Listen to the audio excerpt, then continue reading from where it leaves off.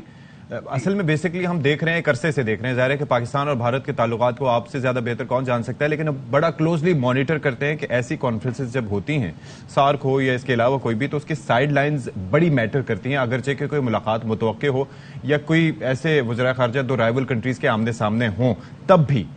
تو اس کی مناسبت سے میرا سوال تھا کہ I would like to add into that کہ جو بھارتی وزیر خارجہ ہیں وہ دیگر جو وزراء خارجہ ہیں ان سے تو ملاقاتیں کرائیں، مانا کہ کوئی ملاقات طے نہیں تھی، لیکن بھارت پھر پیغام کیا دینے کی کوشش کر رہا ہے پاکستان کو، اور وہی بات کہ سائیڈ لائن پہ ملاقاتیں ہو جاتی ہیں، اس سے بھی بہت کچھ معاملات بہتر ہو سکتے ہیں. ٹھیک ہے، اب میں سمجھ گیا آپ کی بات. آپ کو ایک بات اور سمجھنے کی ضرورت ہے کہ میں نے جس طرح پہلے کہا تھا کہ جو ملٹی لیٹرلز ہوتی ہیں اس کے سائیڈ لائن پہ جو بائی لیٹرلز ہوتی ہیں وہ بنیادی طور پر ایک پروفارما ایکسرسائز ہوتی ہے، اس کا قطعی تعلق نہیں ہوتا کسی بھی سبسٹینس کے ساتھ، یہ میں بتا دوں. اور یہ ہر سال یونائٹڈ نیشنز میں بھی ایک گلوبل کارنیوال ہوتا ہے، اینول سیشن جو ہوتا ہے، اور اسی طرح ساک کی سمٹ یا ایس سی او کی سمٹ، یہ ایک موقع ہے ممبر ممالک کے سربراہوں کو اکٹھا ہو کر آپس میں میوچل حالات جو ہیں خطے کے، دنیا کے، ان پر تبادلہ خیال کرنے کا. اور وہ تبادلہ خیال جو ہوتا ہے وہ یہ نہیں ہوتا کہ آمنے سامنے بیٹھ کے سب آپس میں ایکسچینج کرتے ہیں، وہ اپنی اپنی آ کے 10-10 15-15 منٹ کی تقریر چھاڑ دیتے ہیں.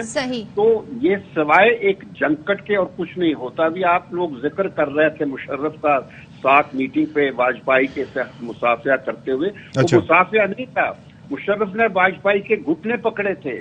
یہ اسی سے تو پاکستان کی تباہی شروع ہوئی تھی. ٹھیک ہے، بہرحال یہ شمشاد احمد خان صاحب، سب کی اپنی انٹرپریٹیشن ہے، سب کی اپنی اپنی ہے، کیونکہ اب ہم معاملات کو ظاہر ہر طرح سے دیکھنے کی کوشش کرتے ہیں، اور خاص طور پہ ہم میڈیا کی بات کریں، کیونکہ اب جس دور میں ہم رہ رہے ہیں اس میں میڈیا بڑا اہم کردار ادا کرتا ہے امیج بلڈ کرنے میں یا اس امیج کو ٹارنش کرنے میں. ابھی جو وہاں کا میڈیا کر رہا ہے وہ یہ کر رہا ہے کہ دیکھیں جی بلاول بھٹو آئے ہیں اور بلاول بھٹو کے ایک ایک جو موو ہے ان پہ نظر رکھی ہوئی ہے، لیکن ہم یہ سمجھتے ہیں کہ یہ ملاقاتیں ایک طریقے سے جو جمود ہوتا ہے، جو ایک برف پگھلنے کی جسے بات کہتے ہیں، اسے توڑنے کی کوشش کرتے ہیں. اچھا، اور ایک اور چیز یہ، بہت شکریہ آپ کا شمشاد احمد خان صاحب فار بینگ ود اس، لیکن ایک اور چیز بھی ہے کہ بعض اوقات جیسے کہ اب گوا کی مثال لے لیں تو گوا میں سارے پہنچے، سرگئی لاروف پہنچے، ادھر چینی احمد صاحب پہنچے، پھر سارے کے سارے جو مطلب بڑے لیڈرز ہیں وہ پہنچے، لیکن بلاول کے وہاں پہنچنے کے موقع پر جو میڈیا اٹینشن تھی وہ ساری اس طرف تھی. نمبر 1. نمبر 2 یہ ہے کہ جب ایسی ملاقاتیں ہوتی ہیں، ایسی سربراہ کانفرنسز ہوتی ہیں، بھلے کہیں پر بھی ہو رہی ہوں، ایسے میں جو بائی لیٹرل ڈسکشنز ہوتے ہیں، خاص طور پر پاکستان اور انڈیا اس بات پر ملاقات پہ اگر اگری کریں کہ ہم مل لیتے ہیں، تو that would have been the headline, اور باقی چیزیں ساری جو ہے وہ آپ یاد کریں کرکٹ ڈپلومیسی بڑی فیمس رہی ضیاء الحق صاحب کے دور میں، جو میچ دیکھنے گئے تھے تو بہت سارے معاملات ایسے بھی ہو ہی جاتے ہیں، تو ہم اس طرف پوائنٹ آؤٹ کر رہے ہیں. ملاقاتوں میں باریک کام ہو جائے گا، باریک کام ہو جاتا ہے. چلیں ٹھیک ہے، آگے بڑھتے ہیں اور ذرا سی ہم اس صورتحال کی بات کرتے ہیں جس نے سب کو کل پریشان کر دیا، اور وہ یہ کہ ہم دشمنوں کے خاتمے کا مشن تو کامیابی سے جاری ہے، لیکن یہ واقعات ہو رہے ہیں. ہم یہ بھی دیکھ رہے ہیں قانون نافذ کرنے والے اداروں نے ایک اور ہائی پروفائل دہشت گرد کو انجام تک پہنچایا. ڈیرہ اسماعیل خان میں پولیس نے کارروائی کے دوران کالعدم القاعدہ اور ٹی ٹی پی سے تعلق رکھنے والے انتہائی مطلوب دہشت گرد اقبال عرف بالی کھیارا کو ٹھکانے لگایا. آئی ہوپ میں نے نام صحیح لیا ہے. جی وہ ظاہر ہے کہ اب اس سے کیا اعتراض ہوگا. ملزم پولیس پر حملے کے بعد جوابی فائرنگ میں ساتھی سمیت ہلاک ہوا، اور دہشت گرد سری لنکن ٹیم پر حملے، ڈی ایچ یو اسپتال خودکش حملے سمیت دیگر کاروائیاں ٹارگٹ کلنگ کی درجنوں وارداتوں میں ملوث تھا، اور اس کے سر کی قیمت 1,05,00,000 روپے مقرر. آپ اندازہ کیجئے. اور پھر اس کے ساتھ ساتھ پارا چنار کے علاقے میں جو افسوسناک واقعات پیش آئے ہیں اس کی جانب بھی تھوڑا سا توجہ مبذول کروانا چاہیں گے آپ کی. 2 مختلف واقعات ہوئے ہیں. 7 اساتذہ سمیت 8 افراد جاں بحق ہوئے. ایک واقعے میں نامعلوم مسلح افراد نے تریمنگل ہائی اسکول میں گھس کر فائرنگ کی اور اسٹاف روم میں بیٹھے اساتذہ کو نشانہ بنایا. دوسرا واقعہ شلوزان روڈ پر پیش آیا اور جس پر ملزمان نے چلتی گاڑی پر فائرنگ کی جس میں ایک شخص جان کی بازی ہار گیا. تو یہ بڑے افسوسناک واقعات ہیں جو رونما ہوئے. تو اس پہ ہمارے ساتھ گفتگو کرنے کے لیے آئی جی خیبر پختونخوا اختر حیات گنڈاپور سر بہت شکریہ. کیا بتائے گا کے پی نے؟ بہت شکریہ سر, گڈ مارننگ. اور ذرا ہمیں بتائیے گا یہ جو ہائی پروفائل دہشت گرد ہلاک ہوا, اتنی ساری وارداتوں میں ملوث رہا جو کہ ابھی ہم نے پوائنٹ آؤٹ بھی کیا ہے, تو کامیابی کس طرح حاصل ہوئی, کیسے ٹریس کیا, کیا اس کی ذرا ڈیٹیلز جو آپ شیئر کرنا چاہیں؟ جی اقبال عرف بالغ کھیرا یہ لشکر جنگوی, سپاہ صحابہ, تحریک طالبان پاکستان اور دیگر دہشت گرد تنظیموں کے ساتھ وابستہ رہا ہے. یہ ساؤتھ پنجاب میں لشکر جنگوی اور کے پی میں بھی لشکر جنگوی کا امیر رہا ہے. اس نے کے پی میں 30 سے زیادہ سنگین نوعیت کی وارداتیں کی, جس میں پولیس موبائلوں پہ حملے, ہسپتال میں ایک بام بلاسٹ اس نے کروایا, اس نے انٹیلیجنس ایجنسیز کے افسروں پہ حملے کروائے, اس نے سیکٹیرین کلنگ میں ملوث رہا. اس طریقے سے جنوبی پنجاب میں بکھر, ملتان, ڈیرہ غازی خان میں بھی اس کی لاتعداد کارروائیاں ہیں. ہماری اطلاعات کے مطابق اس پر 37 سے زیادہ واقعات ہیں دہشت گردی کے جب سے یہ ایکٹیو ہوا تھا. اس کی سر کی قیمت حکومت پنجاب نے اور حکومت کے پی دونوں نے مقرر کر رکھی تھی, اور یہ ابھی کل ایک انٹیلیجنس بیسڈ آپریشن کے نتیجے میں پایا. اچھا, لیکن میں یہ سوچ رہا تھا کہ یہ سری لنکن ٹیم پر حملے میں بھی ملوث, وہ ایک بہت بڑا واقعہ تھا اور اس نے ہماری کرکٹ کو تقریباً کوئی 20 سال پیچھے دھکیل دیا, اور اب آپ دیکھیں جا کے رونقیں بحال ہونا شروع ہوئی ہیں سن 2009 کے بعد. اس سے متعلق ذرا بتائیے گا کہ یہ کیسے ملوث تھا اس میں؟ جی بیسیکلی یہ فیسیلیٹیٹر ہے اس قسم کے گروپس کا اسلحہ دینے میں, پہنچانے میں, فیسیلیٹیشن میں, پلاننگ میں. یہ ماسٹر مائنڈ رہا ہے بہت سارے آپریشنز کا, بڑا میٹیکولس پلانر تھا یہ. اگر آپ اس کی اٹیکس دیکھ لیں کہیں پہ بھی تو اس کی پلاننگ بڑی میٹیکولس ہوتی تھی جس کے تحت یہ اٹیک کرتا تھا.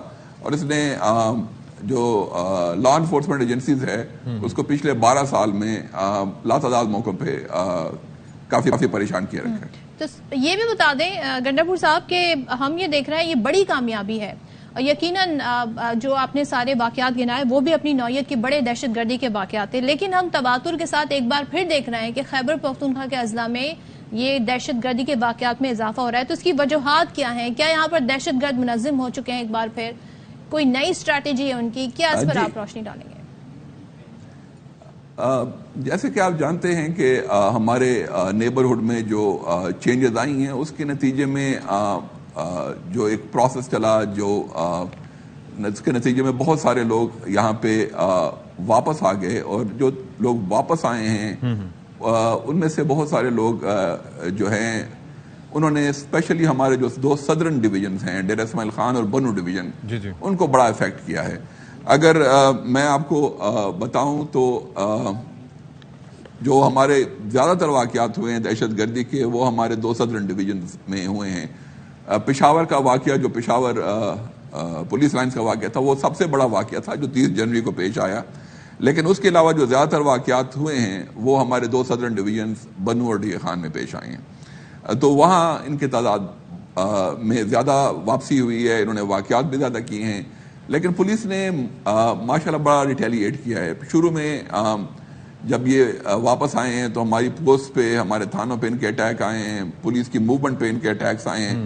ان کا پرائم ٹارگٹ پولیس ہی رہی ہے, لیکن پولیس نے ماشاءاللہ کے پی پولیس نے بڑا بہادری سے ان کو جواب دیا ہے, اور پچھلے 3 ماہ سے عرصے میں لاتعداد ان کی کارروائیاں انہوں نے ریپلس کی ہیں, اور مختلف واقعات میں تقریباً 100 سے زیادہ جو دہشت گرد ہیں ان کو فارغ کیا گیا ہے. اچھا آئی جی صاحب, ایک چیز ذرا بتائیے گا. ہم بیسکلی جو ہے وہ یہ دیکھتے ہیں کہ ایک تو پہلے سے ہی افغانستان چونکہ ساتھ بارڈر لگتا ہے تو ہم پریشان ہوا کرتے تھے کہ بڑا مشکل ہوتا ہے مینج کرنا, کیونکہ ایک وقت تھا کہ جب پاکستان کی سائڈ سے 1000 چیک پوسٹیں تھیں, دوسری سائڈ سے 100 چیک پوسٹیں ہوا کرتی تھیں, تو اس وقت بھی ایک برڈن ہوا کرتا تھا. اب یہ جو قبائلی اضلاع کا انضمام ہوا اور پھر دوسرا اب افغانستان میں پھر سے ہم دیکھ رہے ہیں کہ ایسے عناصر پنپ رہے ہیں, پھر باقی علاقوں میں بھی, تو یہ جو کیپیسٹی ہے, جو استعداد ہے, اور خاص طور پر ماڈرنائز کرنا ہے کے پی پولیس کو, اس حوالے سے کیا آپ کے لیے فنڈز جو ہیں وہ پراپر ہیں یا کچھ چیزیں ہیں جو کہ لیک کرتے ہیں یا ان کی ضرورت ہے آپ کو؟ آپ نے بڑا اچھا سوال کیا. یہ جو چینجز پیش آئی ہمارے اس میں, تو ہمارے جو یہ ٹیررسٹ ایلیمنٹس ہیں ان کو لیفٹ اور اسلحے سے کوانٹم لیپ ملا. They got access to thermal imaging weapons اور اسی طریقے سے نائٹ ویژن ڈیوائسز جو ان کو بڑا ایک ان کی استعداد کو انہوں نے بڑا بڑھایا دیا.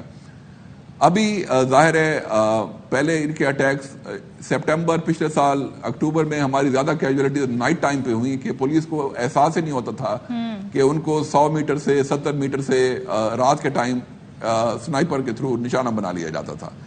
Now we are in a position where we have also acquired ہمارے پوسٹوں پہ جو ولنریبل علاقوں میں ہیں تھرمل امیجنگ کیمپ وغیرہ لگ گئے ہیں.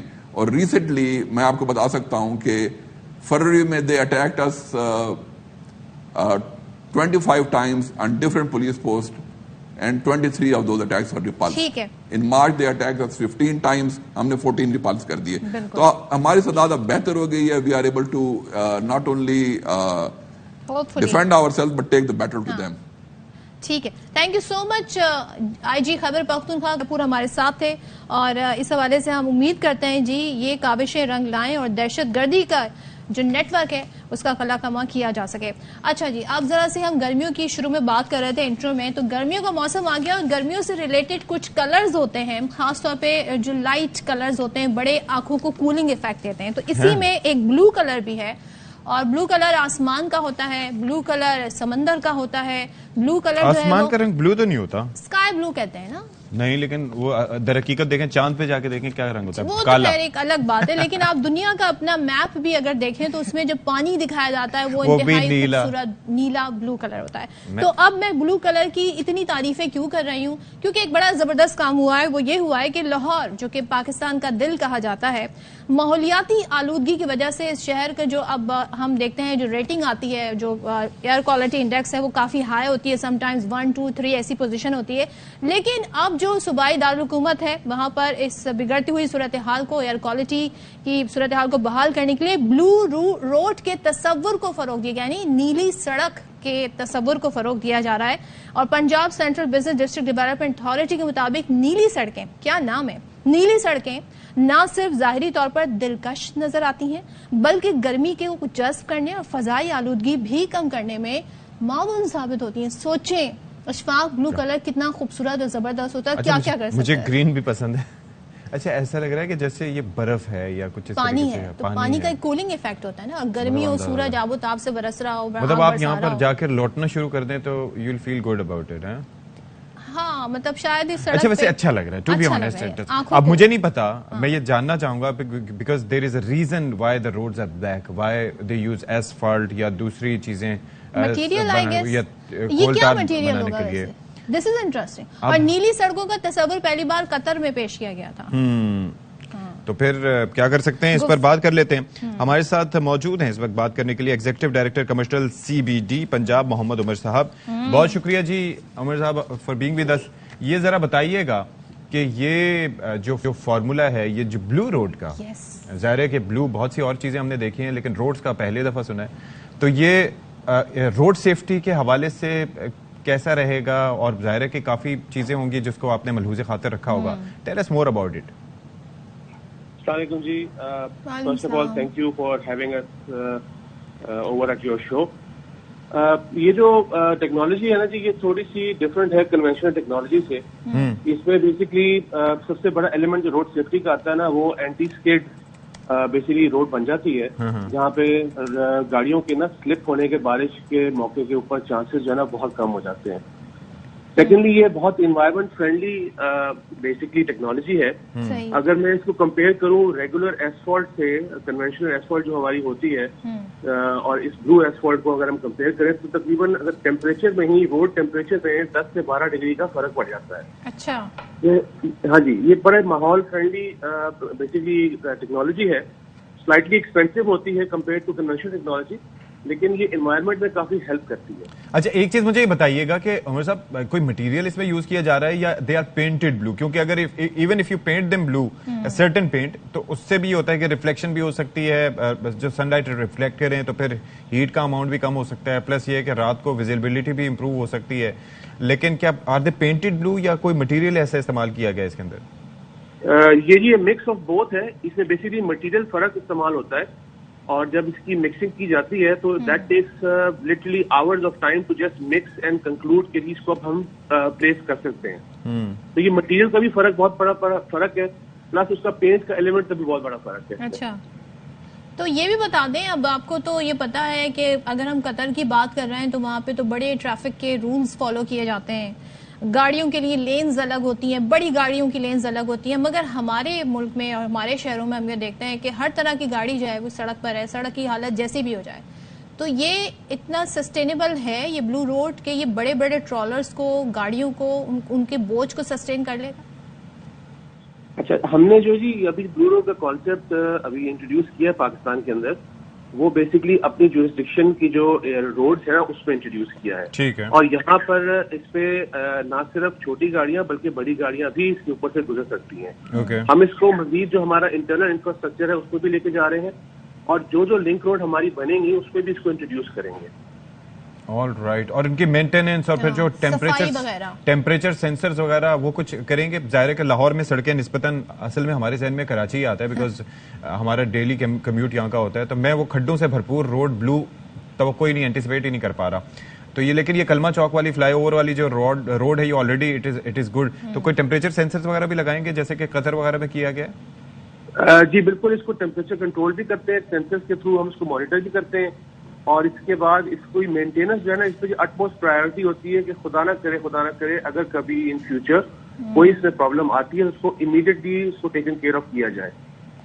ٹھیک ہے, بہت شکریہ آپ کا, ہمارے ساتھ موجود تھے اور ساری صورتحال پر بات کر رہے تھے. اور جی میں بھی یہ پڑھ رہی تھی تو جو قطر میں سائنٹسٹ کہہ رہے ہیں کہ جو کوٹنگ کی جاتی ہے, بلو پینٹ جو کیا جا رہا ہے, یہ ایکسپیریمنٹ جی جو سن کی ریڈیشن ہے اسے 50% کم کر سکتا ہے. So hopefully this can be new innovation جو کہ ایک ہیلپ فل اور افیکٹو ثابت ہو. اور لیکن تھوڑا سا اسے کاسٹلی بھی بتا رہے ہیں, لیکن اس سے خوبصورتی بڑی ہے. بیسکلی یہ ہے کہ یہ the point is to reduce the temperatures. جو سن لائٹ جب اس پہ پڑتی ہے کالے روڈ پہ, اور کالے ڈریس بھی آپ پہنے تو وہ ابزارب کرتے ہیں. یہ جو بلو کلر ہے, یہ جو لائٹ بلو کلر ہے, یہ ریفلیکٹ کرتا ہے. پلس دوسری چیز یہ ہے کہ it improves the visibility at night as well.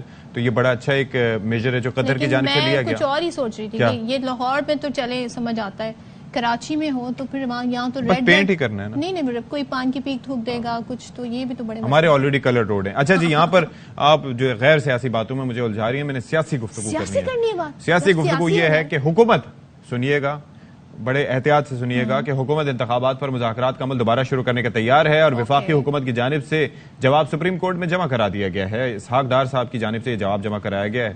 تو اس پر مزید جان لیتے ہیں. راجہ محسن اعجاز صاحب ہمارے ساتھ موجود ہیں. علیہ صبح راجہ صاحب, گڈ مارننگ. یہ کیا صورتحال ہے, یہ پھر سے مذاکرات؟ گڈ مارننگ جی, بہت شکریہ. دیکھیے حکومت کی طرف سے بھی اب انتخابات کے معاملے پر جواب سپریم کورٹ آف پاکستان میں جمع کروا دیا گیا ہے, اور اس جواب میں یہ کہا گیا ہے کہ حکومت انتخابات پر مذاکرات کا عمل دوبارہ شروع کرنے کے لیے تیار ہے. اور یہ جواب حکومت کی طرف سے وفاقی وزیر خزانہ اسحاق ڈار کی جانب سے جمع کروایا گیا ہے. اس جواب میں یہ کہا گیا ہے کہ حکمران اتحاد یقین رکھتا ہے کہ جو سیاسی معاملات ہیں وہ سیاسی بات چیت میں ہی ان کا حل ہے, اور ملک کے وسیع تر مفاد میں مذاکرات کا عمل ہم دوبارہ سے شروع کرنے کے لیے تیار ہیں. حکومتی جواب میں یہ بھی کہا گیا ہے کہ تحریک انصاف کے ساتھ جو بات چیت کا عمل ہوا اس کے بعد اب تک اہم پیش رفت ہوئی ہے, اور تحریک انصاف نے 1 ہی تاریخ کو ملک بھر میں الیکشن کرانے پر بھی اتفاق کیا, اور الیکشن کے معاملے پر فریقین میں جو مذاکرات ہوئے وہ پازیٹیو تھے. اس کے ساتھ ساتھ اس جواب میں یہ بھی بتایا گیا ہے کہ قومی اسمبلی اور باقی صوبائی اسمبلیاں کب تحلیل ہوں اور تاریخ پر اتفاق نہیں ہو سکا, اور حکومتی اتحادیوں نے مذاکرات میں لچک بھی دکھائی ہے. اس جواب میں یہ بتایا گیا ہے, اور یہ بھی کہا گیا ہے کہ اسمبلیوں کو وقت سے پہلے تحلیل کرنے پر بھی غور کیا گیا ہے اور عندیہ دیا گیا ہے کہ دوبارہ بھی اب مذاکرات شروع ہو سکتے ہیں اس معاملے پر. اور اب آج اس اہم کیس کی سماعت جو ہے وہ 11:30 بجے ہوگی. دیکھتے ہیں پھر کیا ہوتا ہے. یہ جواب تو جی سامنے آ گیا ہے اور اس حوالے سے مزید بھی ہم آگے بات کریں گے. تھینک یو سو مچ راجہ محسن اعجاز ہمارے ساتھ. بریک لیتے ہیں, بریک کے بعد واپس آئیں گے.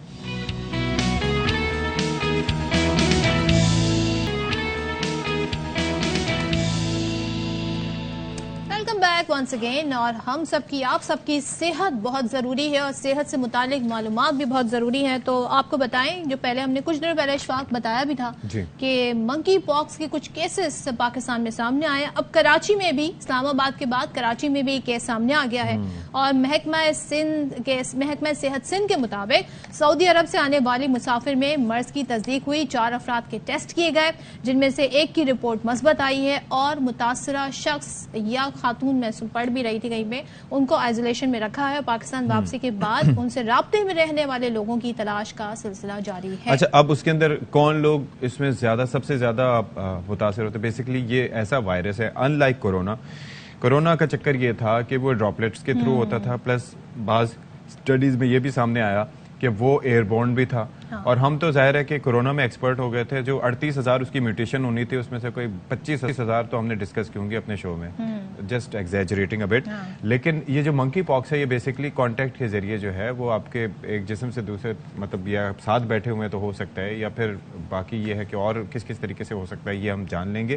لیکن جو لوگ سفر کرتے ہیں, بھلے وہ ہوائی جہاز کا سفر ہو, ٹرین کا سفر ہو, پبلک ٹرانسپورٹ میں سفر کرتے ہوں, تو وہ پھر جہاں پر فاصلہ بالکل نہ ہو تو وہ لوگ متاثر ہو سکتے ہیں, یا جس جگہ متاثرہ شخص بیٹھ کے گیا وہاں پر آپ بیٹھیں تو شاید یہ پھیل سکتا ہے.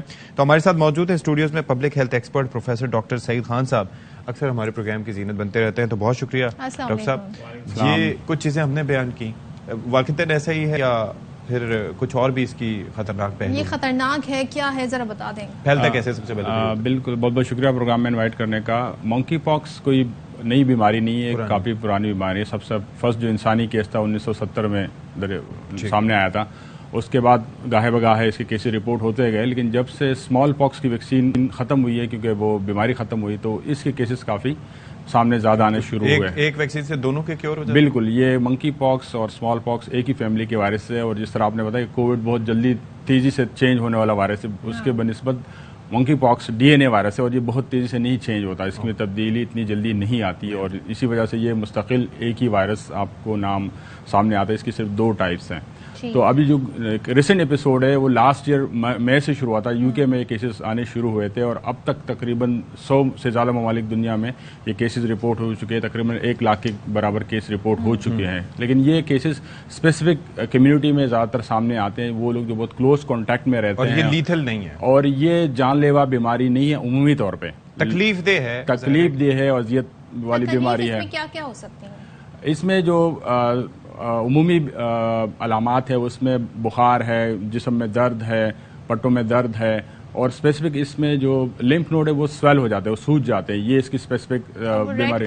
اور ایک اور اس کی اسپیسیفک نشانی ہے کہ لیجن بن جاتے ہیں, چھوٹے چھوٹے دانے نکل آتے ہیں, جو شروع میں چھوٹے ہوتے ہیں, پھر اس میں 1 ہفتے بعد اس میں پانی سا بھر جاتا ہے, اور یہ 2 سے 4 ہفتے میں خود بخود صحیح ہو جاتا ہے. اس کا ڈیوریشن, آپ نے اگر خارش ہو رہی ہو تو اس کو آپ نے چھیڑنا نہیں ہے. اس کا سب سے امپورٹنٹ چیز ہے کہ اس کو آپ نے آئسولیٹ رکھنا ہے تاکہ دوسروں کو نہ لگے. اس بندہ جس کو لگی ہوئی یہ تو صحیح ہو جائے گا 2 سے 4 ہفتے میں, لیکن اگر یہ سلسلہ چلتا رہا, کیونکہ جس طرح آپ نے بتایا کہ یہ کانٹیکٹ سے پھیلنے والی بیماری ہے, کلوز کانٹیکٹ سے, کہ direct skin to skin contact, یا کوئی لوگ ایسے جو ساتھ رہتے ہیں, کوئی بیڈ شیئر کر رہے ہوں, واش روم شیئر کر رہے ہوں, یا ایسے ٹاول شیئر کر رہے ہوں, اس طرح کی چیزیں. پبلک ٹوائلٹ اسپیشلی ہمیں عوام کو بتاؤں کہ وہ ہمیں احتیاط کرنی چاہیے کہ جب ضرورت ہو استعمال کریں, اور صفائی کا خیال رکھیں, تاکہ بالکل تاکہ ہاتھ لازمی دھوئیں. جہاں سے کانٹیکٹ ہو رہا ہو اس کو ہمیں صاف رکھنا چاہیے تاکہ یہ بیماری ایک جگہ سے دوسری جگہ نہ پھیلے.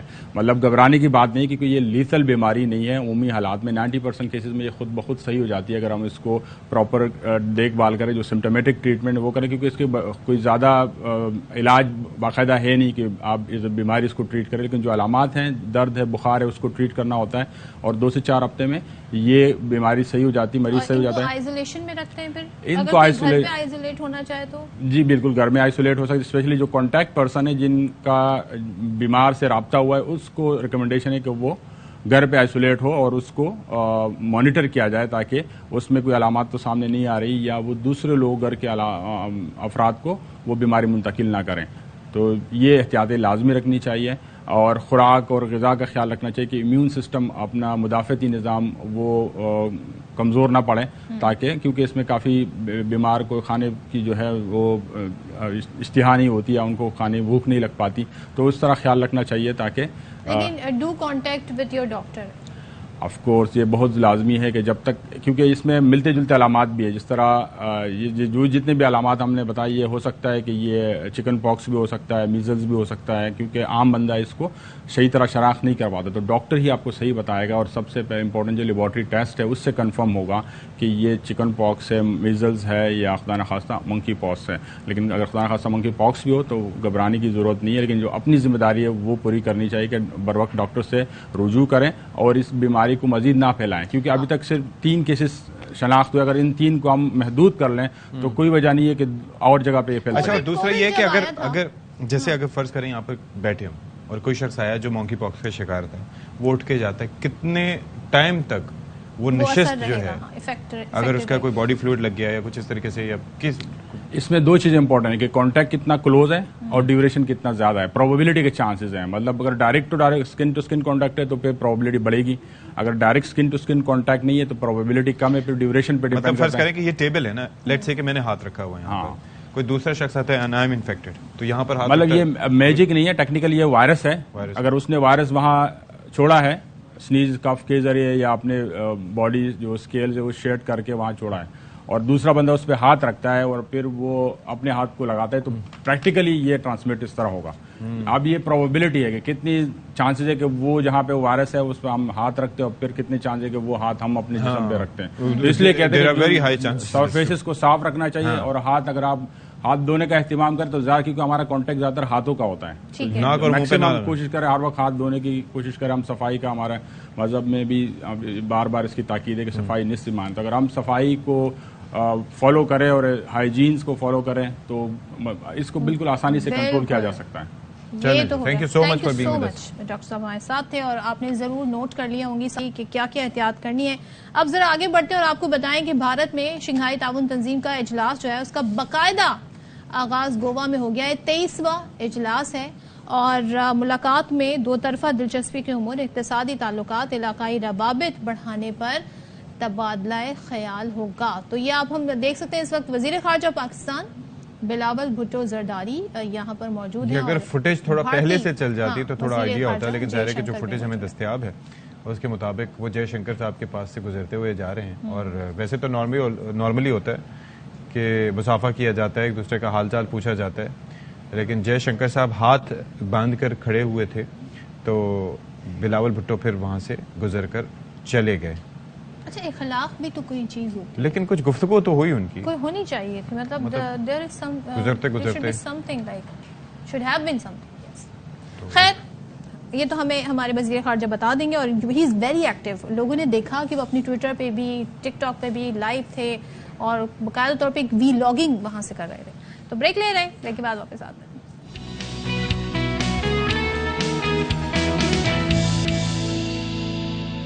Welcome back once again. اور جو مسئلہ اب ہم ڈسکس کرنے جا رہے ہیں وہ بہت سارے لوگوں کا مسئلہ ہے, اور اس حوالے سے تو ایک رپورٹ بھی آ گئی ہے جو کہ کافی تشویشناک ہے, کیونکہ شریک حیات کے بغیر زندگی جو ہے وہ ادھوری تصور کی جاتی ہے, اور ہر انسان کی خواہش ہوتی ہے کہ اسے ایک اچھا لائف پارٹنر ملے جس کے ساتھ, ظاہر ہے زندگی میں بہت نشیب و فراز ہیں, تو ایک اچھا لائف پارٹنر ملے گا تو آپ کی زندگی ذرا آسان ہو جائے گی. لیکن اقوام متحدہ کی حالیہ رپورٹ تو کچھ ہمیں الگ ہی بتا رہی ہے. وہ یہ بتا رہے ہیں کہ پاکستان میں 2,20,00,000 سے زائد نوجوان لڑکے لڑکیاں شادی کے منتظر ہیں, جو اچھے رشتے نہ ملنے کے باعث رشتہ ازدواج سے منسلک نہیں ہو سکے, اور پھر والدین جب بہت زیادہ ان پر پریشر آتا ہے تو پھر وہ کزن میرج کی طرف چلے جاتے ہیں. آپ اندازہ کریں کہ یہ جی ہر گھر کا مطلب اس کا مطلب یہ ہے کہ 2,20,00,000 سے زائد نوجوان لڑکے اور لڑکیاں